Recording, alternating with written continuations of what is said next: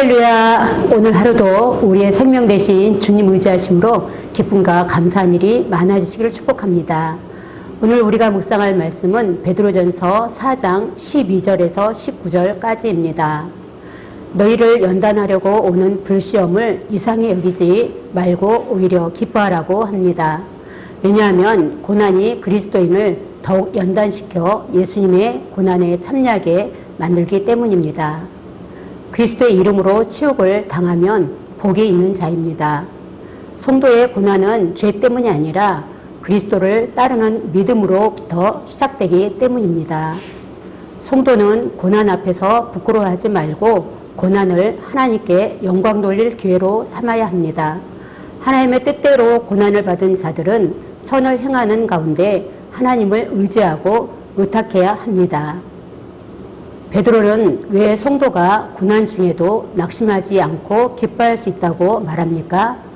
베드로는 성도가 당하는 박해를 단순히 악한 세상 때문에 당하는 것으로만 보지 말고 시련을 통하여 성도들을 연단하며 그리스도의 고난에 참여케 하려는 하나님의 섭리의 한 방편으로 보고 있습니다. 불시험은 불 속에서 금속이 재련되는 것과 같이 성도의 신앙을 더욱 견고히 연단시키기 위해 하나님께서 주시는 고난과 시험을 온유적으로 표현한 것입니다. 시험은 의미 없는 단순한 시련이 아닌 성숙과 성장을 위해 꼭 필요한 연단을 말합니다. 하나님은 신앙 때문에 그리스도인들이 핍박받는 것을 그리스도가 받는 고난에 참여한 것으로 여겨주시는 것입니다. 그리스도의 고난은 죄인을 구원하시려는 하나님의 뜻을 성취하기 위한 것으로서 하나님께 기쁨이 되었습니다. 그러므로 이런 사실을 안다면 고난 중에서도 성도들은 원망, 불평, 낭망이 아닌 감사와 기쁨을 가질 수 있습니다.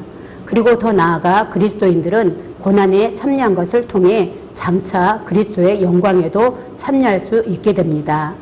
현재의 고난이 힘들고 버거운 것 같지만 이 세상은 짧고 다가올 하나님의 나라에서 누리게 될 영광은 영원한 것입니다. 그러기에 그리스도인들은 고난을 받을 때에 그 후에 주어질 영광의 그날을 바라보며 오히려 즐거워해야 합니다.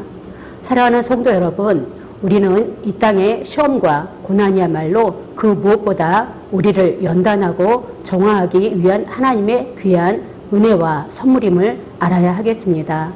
그리하여 시험과 고난이 올수록 세상의 어리석은 자들처럼 원망과 불평으로 더욱 완악한 자가 되지 말고 오히려 기도와 믿음으로 이겨냄으로써 이를 통해 더욱 아름답게 빛나는 정금 같은 존재가 되어야 하겠습니다.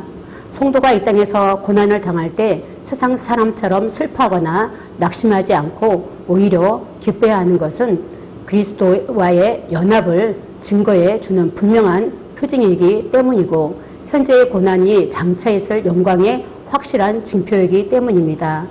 또한 자신에게 다가온 고난 앞에서 낙심과 좌절이 아닌 의탁이란 단어를 떠올려야 합니다. 고난 앞에서 더욱 하나님을 의지하고 그분을 신뢰하라는 명령으로 이해한다면 그 과정에서 자연스럽게 하나님의 섭리를 발견하게 될 것입니다. 하나님께서는 어떤 순간에도 나를 돌보고 계십니다. 고난은 하나님을 의지하게 만드는 긍정의 단어임을 기억하시는 저와 여러분 되시기를 축복합니다. 샬롬.